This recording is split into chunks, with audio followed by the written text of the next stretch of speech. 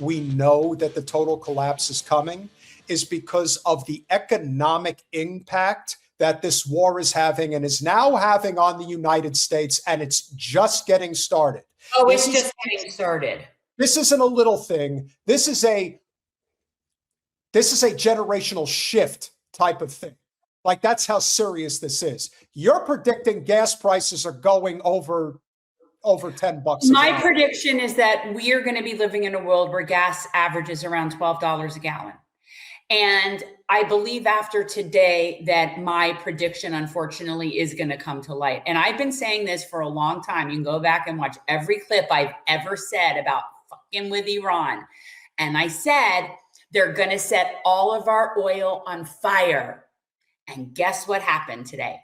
Today, these idiots, these assholes in DC decided that they're going to go after and bomb an Iranian fuel port. And I don't know if it's a refinery, a processing center, or something that's their means of fossil fuel production. And so Iran responded in kind. And I think it's safe to say that places like Qatar and the UAE aren't going to be having liquid natural gas or petroleum for quite some time. And if people don't think that's going to affect us, we are so screwed. We're so screwed. So it turns out that Trump told Israel, I'm sure he did, not to repeat strikes on Iranian energy as crisis deepens. U.S. allies reluctant to intervene respond to soaring prices. Iran strikes badly damage Qatar gas output. Oil prices jump by about 10% before easing back. Trump says U.S. not told in advance of Israel's gas field strike. Trump says not sending more troops to the region. That's what he says. I don't believe it. Do you know why we may not have been told in advance? Do you know why? Because Iran took out all of our radar systems in all of our Gulf ally states. Gone. So now Israel, and I'm assuming also the other Gulf ally, our little bitches over there in the Gulf, they're not getting any warning now with incoming ballistic missiles. So that might be a problem for them.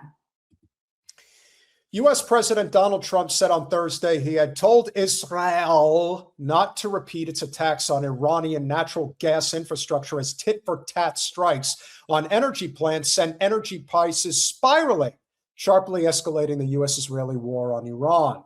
Trump's comment came as energy prices jumped on Thursday after Iran responded to an Israeli attack on a major gas field by hitting Qatar's Ras Laffan industrial city, which processes around a fifth of the world's liquefied natural gas, causing damage that will take years to repair. I only smile out of just the lunacy that just a regular person like me knew that this was going to happen, and yet they did this anyway. So and I am a very big believer in karma. I really am. It's one of the key things that I live by. And I am sorry, but we are so deserving of the find out portion of this process. I don't know about that. I don't know if I don't agree with you, because I think that unfortunately we're just a country that's been asleep at the wheel for far too long. Well, what do you call that? What do you call that? Complacency? That's ignorance and arrogance. I agree. But what I am saying is that now that people, but here's the thing, Jen, and this is where we disagree. The fact that you have a substantial portion of the country that is waking up now, they are waking up and they are not liking it. This isn't a case of, well, I guess we just have to take our medicine and accept the fact that we are conscripted to every whim of Israel. No, the reaction is, I want out from under this shit. I don't want to deal with them anymore. People I agree with that. But what I'm saying is, in terms of us as a U.S. empire, forget Israel for a second. Okay, Israel is a portion of empire. Okay, so empire has been going through the world like a bully on speed, like this little runt kid going after thousands of year old civilizations, like this brat, like petulant child. That's what we are. And banging it and banging it and banging it. And now we're getting what we have coming. And yes, we do have it coming. We have years of imperialist bullshit that the rest of the world has been dealing with. Illegal sanctions, war crimes, broken treaties, broken promises. And so, yes, we collectively have it coming. And anybody who doesn't understand that doesn't understand the concept of collective responsibility. Because no, I didn't do these things personally, but I am collectively responsible for where this shithole is right now.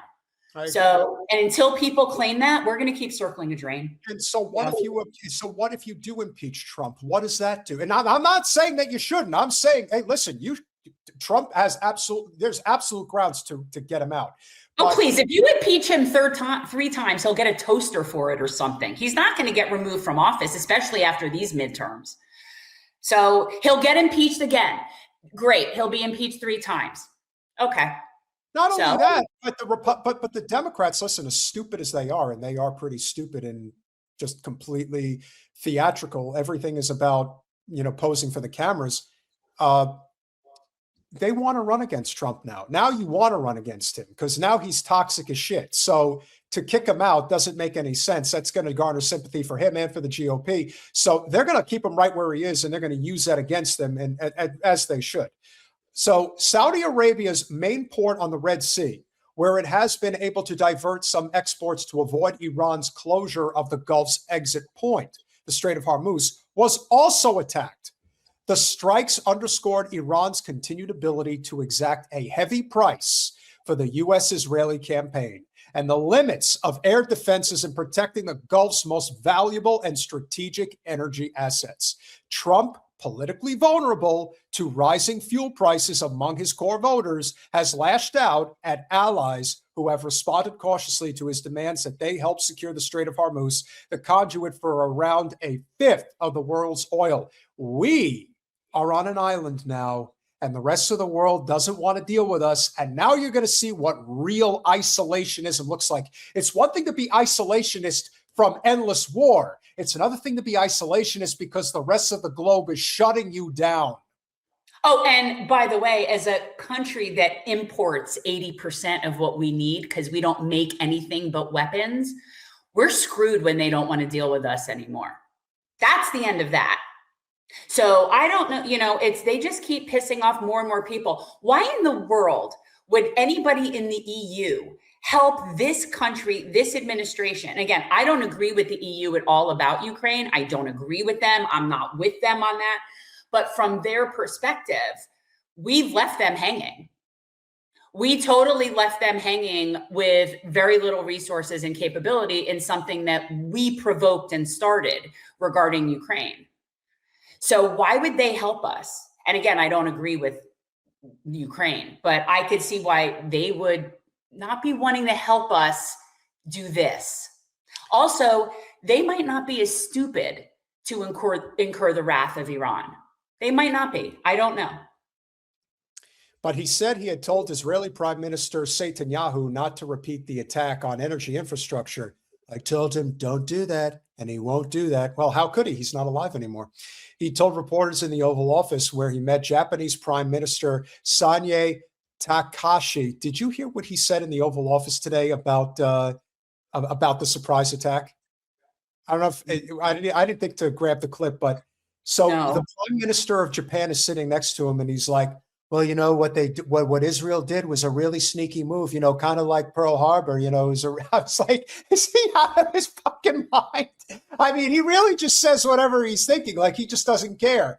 Like, and then he talked then he addressed we totally dropped a couple of nukes on Japan. He's like, he's doing this next to the Prime Minister of Japan. Like, he's just sitting there. I'm thinking, oh my God. This is really tough to watch. Unfortunately, they're on the payroll. So they're not going to do too much about that. A U.S. official and 3 other people familiar with the planning told Reuters that Trump was considering sending thousands more U.S. troops to the Middle East. But at his meeting with Takahashi, Trump said he had no plans to deploy ground forces. I'm not putting troops anywhere so far. I think maybe Takaishi, because it's AI. Takahashi. Yeah, no, that's what I said. I corrected myself. Yeah. I don't know. Netanyahu, in a press conference later on Thursday, again, I don't believe any of it, said that Israel acted alone in the bombing of Iran's South Pars gas field and confirmed that Trump asked it. Who gives a flying F if he did that on his own or not? I'm sure that's the problem. It doesn't matter now. Now it doesn't matter. From I'm telling you, as of the past however many decades, it doesn't matter if Ziohel acts alone. Because they're not acting alone, because they wouldn't be able to do anything if we didn't support them financially. So there is no them alone. Correct. There is no them alone. Could you continue, please? Asked Trump to hold off on such attacks. Iran is being decimated and no longer has the capacity to enrich uranium or make ballistic missiles after 20 days of U.S.-Israeli air attacks. But a revolution in the country would not come from the air and would require a ground component, he said, without elaborating. Yes, it would, and there are not the people to do it. There aren't. And, you know, it's unfortunate for any of the Marines that are going to be the first people to be sent over there, but there's no winning this. No. There's not. I honestly, my prediction is not a single one of them will hit land. Not one of them is going to reach the shore. And that is going to be a blow to this country like we have not had or seen since like a Pearl Harbor situation. Well, the other thing that isn't getting talked about enough is how much structural damage to Tel Aviv and Jerusalem Iran has actually done. Yeah. Israel, if you think we have propaganda, you think we have propaganda ministry here in the United States, you see what's going on in Israel. It's that much worse. Excuse me. As the Israeli leader spoke, Iran launched a new wave of missiles toward his country, according to Israel's military and Iran's Islamic Revolutionary Guard Corps said. With no end in sight, almost 3 weeks into war, and the threat of a global oil shock growing by the day, Britain, Canada, France, Germany, Italy, and the Netherlands and Japan issued a joint statement expressing our readiness to contribute to appropriate efforts to ensure safe passage through the strait.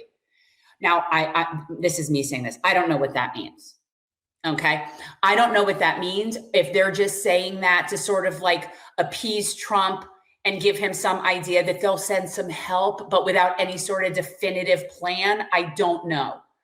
They also promised other steps, again, very vague, other steps to stabilize energy markets, including working with certain producing nations to increase output. You couldn't be more vague. You couldn't be more vague. Mm-hmm. The statement offered no details, and there was little indication of any immediate move, with German Chancellor Merz reiterating that any contribution to securing the strait would come only after hostilities ended. And there it is. So in other words, they're saying, sure, we'll help you secure the strait as soon as it's secure. As soon as you have it secure where there's no hostilities, then we'll come help secure the strait. See, that's sort of not the point, right? So, yeah. Israel's bombing of Iran's South Pars gas field, which Trump said the U.S. had not known about, suggested gaps in coordination of strategy and war aims between the main protagonists. Adding to the confusion around the attack, 3 Israeli officials said the operation had taken place in consultation with the U.S. Listen, Israel is always lying, but they're probably not lying about this, but was unlikely to be repeated. Earlier, U.S. Defense Secretary Hogsbreath told a briefing the U.S. objectives in the war, which has so far killed more than 2,000 people, mostly in Iran and Lebanon, were unchanged, on target, and on plan. How many Israelis and Americans have been killed? But we'll never know the answer to that. But I would suggest that the refueling plane that they're saying crashed in Iraq, didn't crash in Iraq. It was shot out of the sky. And I think that the injuries and the casualties are way higher than we're hearing about.